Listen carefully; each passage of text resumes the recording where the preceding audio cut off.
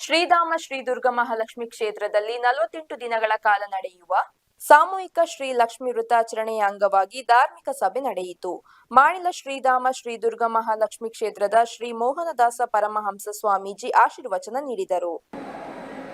ಒಂದು ಕಡೆ ವಿಕೃತ ಮನಸ್ಸುಗಳು, ಒಂದು ಕಡೆ ವಿಕೃತ ಭಾವನೆಗಳು, ಅದರಿಂದಾಗಿ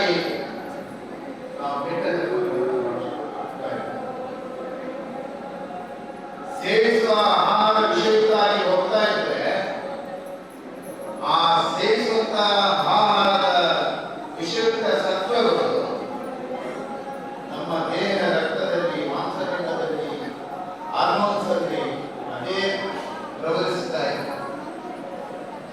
ಅದು ಪ್ರವಹಿಸಿದಾಗ ನಮ್ಮಲ್ಲಿ ಕೆಟ್ಟ ದುರ್ಗುಣಗಳು, ಅಸಮಾಧಾನಗಳು, ಅಸಂತೃಪ್ತಿಗಳು, ಅತೃಪ್ತಿಗಳು ಸಮಾಜದಲ್ಲಿ ಕಾಣ್ತಾ ಇದೆ.